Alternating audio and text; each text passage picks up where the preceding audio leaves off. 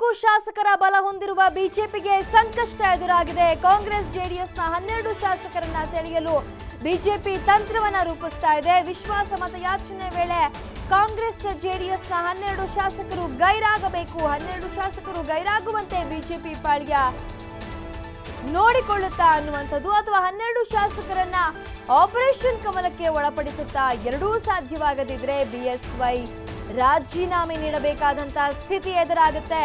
ಈ ಒಂದು ಸರ್ಕಾರ ಪತನವಾಗುವಂತಹ ಸಾಧ್ಯತೆಗಳಿರುತ್ತೆ ಅನ್ನುವಂಥದ್ದು. ಮತ್ತೆ ಬಿಎಸ್ವೈ ಇಲ್ಲಿ ಏಕದಿನಕ ಸುಲ್ತಾನ್ ಅನ್ನುವಂಥ ಒಂದು ಹೆಸರನ್ನ ಪಡೆದುಕೊಳ್ತಾರಾ ಅನ್ನುವಂಥದ್ದು, ಅಥವಾ 12 ಶಾಸಕರನ್ನ ಇಲ್ಲಿ ಆಪರೇಷನ್ ಕಮಲಕ್ಕೆ ಒಳಪಡಿಸ್ತಾರಾ ಅನ್ನುವಂಥದ್ದು. ಯಾಕಂತಂದ್ರೆ ನಾವಿಲ್ಲಿ ನೋಡಬಹುದು, 3 ಪಕ್ಷಗಳು ಕೂಡ ತಮ್ಮದೇ ಆದಂತ ಕಾನ್ಫಿಡೆಂಟ್ ಆಗಿ ಹೇಳ್ತವೆ, ನಮ್ಮ ಹತ್ರ ಬಹುಮತ ಇದೆ ಅನ್ನುವಂಥದ್ದು. ಆದ್ರೆ ನಿಜಕ್ಕೂ ಇಲ್ಲಿ ಗೊಂದಲಗಳು ಕ್ರಿಯೇಟ್ ಆಗ್ತಾ ಇದೆ.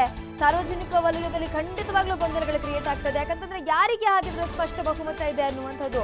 ಒಂದ್ ಕಡೆ ಬಿಜೆಪಿಯವರು ಹೇಳ್ತಾರೆ, ಕಾದು ನೋಡಿ, ನಾವು ಬಹುಮತವನ್ನ ಸಾಧಿಸ್ತೀವಿ, ಬಹುಮತವನ್ನ ನಾವು ಹೇಳ್ತೀವಿ, ನಮ್ಮ ಹತ್ರ ಬೇಕಾದಂತಹ ಸಂಖ್ಯೆಗಳಿದೆ, ಸಂಖ್ಯಾಬಲ ಇದೆ ಅನ್ನುವಂಥದ್ದನ್ನ ಬಿಜೆಪಿ ಹೇಳುತ್ತೆ.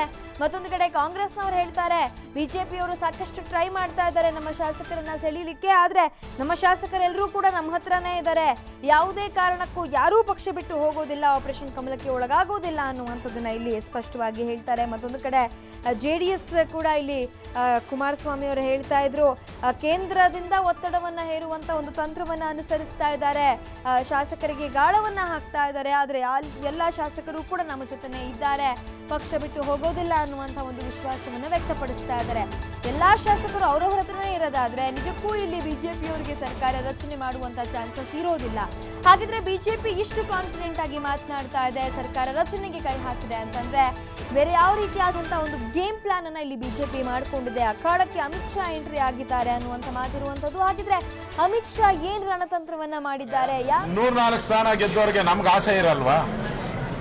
38 ಸ್ಥಾನ ಗೆದ್ದವರಿಗೆ ಅವ್ರಿಗೆ ಆಸೆ ಇರಬೇಕಾದ್ರೆ 104 ಸ್ಥಾನ ಗೆದ್ದ ಬಿಜೆಪಿಗೆ ಆಸೆ ಇರಲ್ವಾ? ಜನ ಬುದ್ಧಿವಂತರಿದ್ದಾರೆ. ಇಡೀ ಕರ್ನಾಟಕ ಜನ ಇವತ್ತು ಕಾಂಗ್ರೆಸ್ ಜೆಡಿಎಸ್ ಏನ್ ಪ್ರತಿಭಟನೆ ಮಾಡ್ತಾ ಇದ್ದಾರೆ ಅದಕ್ಕೆ ಛೀಮಾರಿ ಹಾಕ್ಬೇಕು. ಅವ್ರಿಗೆ ಇಷ್ಟು ಸ್ಥಾನನೇ ಗೆದ್ದಿಲ್ಲ, ಚುನಾವಣಾ ಹೊಂದಾಣಿಕೆ ಮಾಡ್ಕೊಂಡಿಲ್ಲ, ನಾಯಿ ನರಿಗಳಂತೆ ಕಿತ್ತಾಡ್ತಾ ಇದ್ರು ಚುನಾವಣೆಗೆ ಮುಂಚೆ. ರಾಹುಲ್ ಗಾಂಧಿ ಅವರು ಕಾಂಗ್ರೆಸ್ಸಿನ ನಾಯಕರು ಹೇಳ್ತಾ ಇದ್ರು,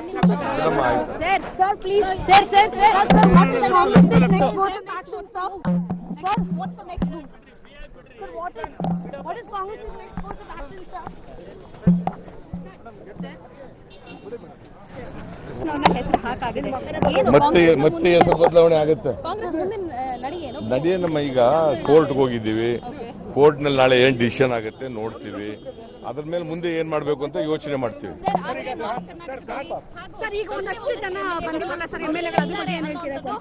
ಎಲ್ಲ ಸುಳ್ಳು ಸುಳ್ಳು ಸುಳ್ಳು ಸುಳ್ಳು ಸುಳ್ಳು ಸುಳ್ಳು ಆಲ್ MLA ಅಲ್ವಾ? ಅಲ್ಲಿನವರು MLAಗಳು ನಮ್ಮ ಜೊತೆ ಇದ್ದಾರೆ, ಕೆಲವರು ಅದೆಲ್ಲ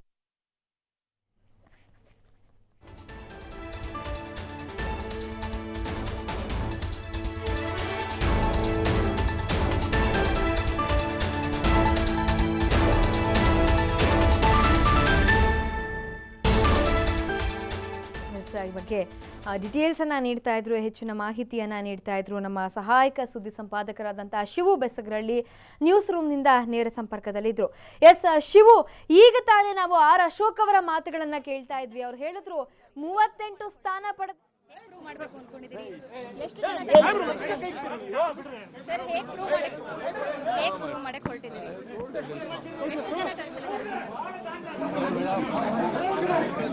ರಾಜ್ಯದ ರೈತರಿಗೆ ಏನಾದರೂ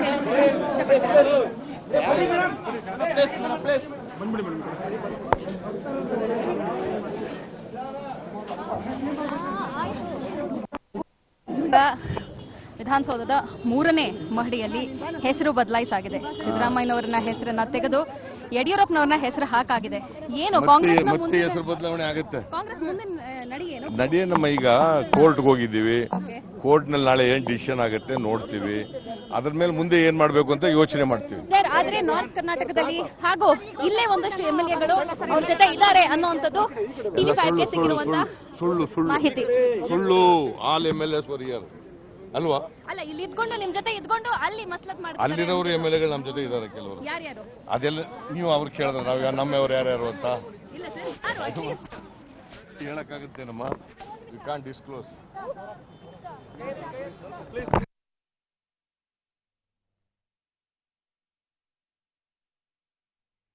ಎಸ್, ನಾವು ನೋಡ್ತಾ ಇದ್ವಿ ನಾಯಕರ ಮಾತುಗಳನ್ನು. ಇಲ್ಲಿ ಎಲ್ಲರೂ ಕೂಡ ಅಷ್ಟೇ ಕಾನ್ಫಿಡೆಂಟ್ ಆಗಿ ಆನ್ಸರ್ ಮಾಡ್ತಾ ಇದ್ದಾರೆ. ಸಿದ್ದರಾಮಯ್ಯನವರು ಕೂಡ ಹೇಳಿದ್ರು, ವಿಧಾನಸೌಧದ 3ನೇ ಮಹಡಿಯಲ್ಲಿ ಹೆಸರು ಬದಲಾಗಿದೆ ಅಂದರೆ ಆ ಹೆಸರು ಮತ್ತೆ ಬದಲಾಗುತ್ತೆ ಅಂತ ಅವರು ಹೇಳ್ತಾ ಇದ್ರು. ಹಾಗೆ ನಮ್ಮ ಜೊತೆ BJPಯ ಕೆಲವು ನಾಯಕರು ಕೂಡ ಕಾಂಟ್ಯಾಕ್ಟಲ್ಲಿದ್ದಾರೆ, ನಮ್ಮ ಶಾಸಕರು ಅವ್ರ ಜೊತೆ ಕಾಂಟ್ಯಾಕ್ಟಲ್ಲಿ ಇದ್ದಾರೆ ಅನ್ನುವಂಥ ಮಾತುಗಳನ್ನು ಹೇಳ್ತಾ ಇದ್ರು. ಎಸ್, ಶಿವು ಬೆಸಗರಳ್ಳಿ ಹೆಚ್ಚಿನ ಡೀಟೇಲ್ಸನ್ನು ನೀಡ್ತಾ ಇದ್ರು. ಶಿವು, ಈಗ ತಾನೇ ಸಿದ್ದರಾಮಯ್ಯನವರು ಆಡಿದಂಥ ಮಾತುಗಳನ್ನು ನಾವು ಕೇಳಿಸ್ಕೊಂಡ್ವಿ. ನಮ್ಮ ಶಾಸಕರನ್ನ ಅವ್ರು ಕಾಂಟ್ಯಾಕ್ಟ್ ಮಾಡಿದ್ರೆ ಅವರ ಶಾಸಕರು ಕೂಡ ನಮ್ಮ ಜೊತೆ ಕಾಂಟ್ಯಾಕ್ಟ್ ಅಲ್ಲಿ ಇದ್ದಾರೆ ಅನ್ನುವಂಥದ್ದನ್ನ, ಅಂದ್ರೆ ನೀವು ಆಪರೇಷನ್ ಕಮಲ ಮಾಡಿದ್ರೆ ನಾವು ಆಪರೇಷನ್ ಕಾಂಗ್ರೆಸ್ ಮಾಡಬೇಕಾಗತ್ತೆ ಅನ್ನುವಂಥ ಒಂದು ಎಚ್ಚರಿಕೆಯನ್ನು ಅವ್ರು ನೀಡಿದ್ರು. ಮತ್ತೆ ಅದಕ್ಕೆ ನಾವು ಕೂಡ ರೆಡಿ ಇದ್ದೀವಿ ಅನ್ನುವಂಥದ್ದನ್ನ ಹೇಳ್ತಾ ಇದ್ರು. ಏನ್ ಹೇಳ್ತೀರಿ ಶಿವು? ಖಂಡಿತವಾಗಿ ಲಿಖಿತ ಏನಂತಂದ್ರೆ, ಏನು ಈಗಾಗಲೇ BJP ನಾಯಕರು ಇಬ್ಬರು ಕಾಂಗ್ರೆಸ್ ಶಾಸಕರನ್ನ ಹೈಜಾಕ್ ಮಾಡಿದ್ದಾರೆ, ಆಪರೇಷನ್ ಕಮಲಕ್ಕೆ ಒಳಪಡಿಸಿದ್ದಾರೆ. ಅದೇ ರೀತಿ ನಾವು ಕೂಡ ಮಾಡ್ತೇವೆ ಅನ್ನೋದು ಕಾಂಗ್ರೆಸ್ ನಾಯಕರ ಒಂದು ಅಭಿಪ್ರಾಯ, ಜೊತೆಗೆ ಅವರ ಒಂದು ಎಚ್ಚರಿಕೆ ಅಂತ ಹೇಳ್ಬೋದು. ನಿನ್ನೆಸೇ ಮಾಜಿ ಮುಖ್ಯಮಂತ್ರಿ ಕುಮಾರಸ್ವಾಮಿ ಅವರು ಒಂದು ಮಾತನ್ನು ಹೇಳಿದರು, BJP ನಾಯಕರು ನಮ್ಮ ಶಾಸಕರು ಒಬ್ಬರನ್ನ ಬಿಟ್ಟರೆ ನಾವು ಇಬ್ಬರು ಶಾಸಕರನ್ನ BJP ಕಡೆಯಿಂದ ಎಳಿತೇವೆ ಅಂತ ಒಂದು ಮಾತನ್ನು ಕೊಟ್ಟಿದ್ರು. ಜೊತೆಗೆ BJP ಅವರು ನಮ್ಮ ಶಾಸಕರಿಗೆ, ಒಬ್ಬ ಶಾಸಕರಿಗೆ 100 ಕೋಟಿ ಆಮಿಷವನ್ನು ಹೊಡ್ತಾ ಇದ್ದಾರೆ, ಸಚಿವ ಸ್ಥಾನದ ಆಮಿಷವನ್ನು ಹೊಡ್ತಾ ಇದ್ದಾರೆ ಅಂತ ಆರೋಪವನ್ನು ಮಾಡಿದ್ರು. ಆದರೆ ಎಲ್ಲವೂ ಕೂಡ ಆರೋಪ ಪ್ರತ್ಯಾರೋಪ ಇದ್ದಿದೆ. ಆದರೆ ಮೊದಲ ಕೈ ಮೇಲುಗೈ ಅನ್ನೋ ರೀತಿ BJP ನಾಯಕರು ಈಗಾಗಲೇ ಇಬ್ಬರು ಕಾಂಗ್ರೆಸ್ ಶಾಸಕರನ್ನ ಹೈಜಾಕ್ ಮಾಡಿದ್ದಾರೆ, ಅವರ ಸುಪರ್ದಿಗೆ ತಗೊಂಡಿದ್ದಾರೆ. ಇದೀಗ ಕಾಂಗ್ರೆಸ್ ಶಾಸಕರು ಮತ್ತು JDS ಇಬ್ಬರು ಸೇರಿಕೊಂಡು BJP ಶಾಸಕರನ್ನ ಸೆಳೆಯೋದಕ್ಕೆ ಪ್ರಯತ್ನ ಪಡ್ತಾ ಇದ್ದಾರೆ. ಈ ನಡುವೆ ಮುಖ್ಯಮಂತ್ರಿ ಏನು ಯಡಿಯೂರಪ್ಪ ಇದ್ದಾರೆ, ಅವರು ಕೂಡ ಹೇಳಿರ್ತಕ್ಕಂಥದ್ದು, ನಾವು ಬಹುಮತವನ್ನು ಸಾಬೀತು ಮಾಡ್ತೇವೆ, ನಮಗೆ ಆ ವಿಶ್ವಾಸ ಇದೆ, 15 ದಿನ ಕಾಲಾವಕಾಶ ಬೇಕಾಗಿಲ್ಲ ನಮಗೆ, ಅದಕ್ಕೂ ಮುಂಚಿತವಾಗಿ ಬಹುಮತವನ್ನು ಸಾಬೀತು ಮಾಡ್ತೇವೆ ಅಂತ ಮುಖ್ಯಮಂತ್ರಿ ಯಡಿಯೂರಪ್ಪ ಅವರು ಹೇಳಿದ್ದಾರೆ. ಆದರೆ ಇವೆಲ್ಲವೂ ಕೂಡ ನೋಡಿದಾಗ BJP ಹತ್ರ ವಾಸ್ತವವಾಗಿ ಅವರ ಬಳಿ ಇರತಕ್ಕಂಥದ್ದು ಕೇವಲ 104 ಶಾಸಕರು, ಆದರೆ ಕಾಂಗ್ರೆಸ್ ಬಳಿ ಇರತಕ್ಕಂಥದ್ದು 117 ಶಾಸಕರು. 117ರಲ್ಲಿ ಈಗಾಗಲೇ ಇಬ್ಬರು ಅಲ್ಲಿ ಗೈರಾಗಿದ್ದಾರೆ, 115 ಶಾಸಕರು. ಹಾಗೆ ನೋಡಿದ್ರೆ ಬಹುಮತದ ಸಂದರ್ಭದಲ್ಲಿ 12 ಕಾಂಗ್ರೆಸ್ ಶಾಸಕರನ್ನ, ಕಾಂಗ್ರೆಸ್ ಅಂದ್ರೆ ವಿರೋಧಿ ಪಾಳಿಯ, ಕಾಂಗ್ರೆಸ್ JDS ಸೇರಿದಂತೆ 12 ಶಾಸಕರನ್ನ ಗೈರು ಮಾಡಿದ್ದಾರೆ. ಹಣದ ಮೂಲಕ ಶಾಸಕರನ್ನ ಖರೀದಿ ಮಾಡುವ ಪ್ರಯತ್ನವನ್ನು ಮಾಡ್ತಾ ಇದ್ದಾರೆ ಮೋದಿ ಅವರು. ಅದಕ್ಕೆ ಅವರು 15 ದಿವಸ ಟೈಮ್ ಕೊಟ್ಟಿದ್ದಾರೆ. ಇವ್ರು ಕೇಳಿದ್ರೆ 7 ದಿವಸ ಇದ್ರೆ ಅವರು 15 ದಿವಸ ಟೈಮ್ ಕೇಳಿ ಇದ್ರಿಗೋಸ್ಕರನೇ horse trading, pressurise, income tax ಉಪಯೋಗ ಮಾಡ್ಕೊಳ್ಳೋದು, ಬೇರೆ ಬೇರೆ ಕ್ರಿಮಿನಲ್ ಕೇಸಸ್ ಹಾಕೋದು, ಇದು ಎಲ್ಲ ಮಾಡ್ತಾ ಇದ್ದಾರೆ. ಅದಕ್ಕಾಗಿ ಅಷ್ಟು ಟೈಮ್ ತಗೊಂಡು ಇದಿಷ್ಟು ಕಾಂಗ್ರೆಸ್ ಪಕ್ಷದ ಹಿರಿಯ ನಾಯಕರಾಗಿರುವಂತಹ ಮಲ್ಲಿಕಾರ್ಜುನ ಖರ್ಗೆ ಅವರು ಹೇಳ್ತಾ ಇರುವಂತದ್ದು. ಅಂದ್ರೆ ಪ್ರಧಾನಿ ಮೋದಿ ಅವರು BJPಗೆ ಮುಖಭಂಗ ಆಗುತ್ತೆ. ಅಲ್ಲಿ ವಿಶ್ವಾಸಮತ ಯಾಚನೆ ಏನು ಸಂಸತ್ತಲ್ಲಿ ಅಂದರೆ ವಿಧಾನಸಭೆಯಲ್ಲಿ ಏನು ಬಹುಮತವನ್ನು ಸಾಬೀತು ಮಾಡಬೇಕು, ಅಲ್ಲಿ ಬಹುಮತದ ಸಾಬೀತು ಸಂದರ್ಭದಲ್ಲಿ ಸೋಲು ಉಂಟಾಗೂ ಕೂಡ ಸಾಧ್ಯತೆ ಇದೆ ಅಂತ ಹೇಳ್ಬೋದು ಲಿಖಿತ. ಹಾಗೆ ಶಿವು, ಇಲ್ಲಿ ನಾವು ನೋಡಬಹುದಾಗಿದೆ, ಎಲ್ಲರೂ ಕೂಡ ಅಷ್ಟೇ ಒಂದು ಆತ್ಮವಿಶ್ವಾಸವನ್ನು ವ್ಯಕ್ತಪಡಿಸ್ತಾ ಇದ್ದಾರೆ. ಬಟ್ ನಿಜಕ್ಕೂ ಇಲ್ಲಿ ಶಾಸಕರನ್ನ ಸೆಳೆಯುವಂತ ಒಂದು ಪ್ರಯತ್ನಗಳು ಯಾವ ರೀತಿಯಾಗಿ ನಡೀತಾ ಇದೆ? ಯಾಕಂತಂದ್ರೆ ಈಗಾಗಲೇ ಯಡಿಯೂರಪ್ಪನವರು ಪ್ರಮಾಣ ವಚನವನ್ನ ಸ್ವೀಕಾರ ಮಾಡಿದ್ದಾಗಿದೆ, CM ಅನ್ನುವಂತ ಒಂದು ಪಟ್ಟಕ್ಕೇರಿದ್ದಾಗಿದೆ.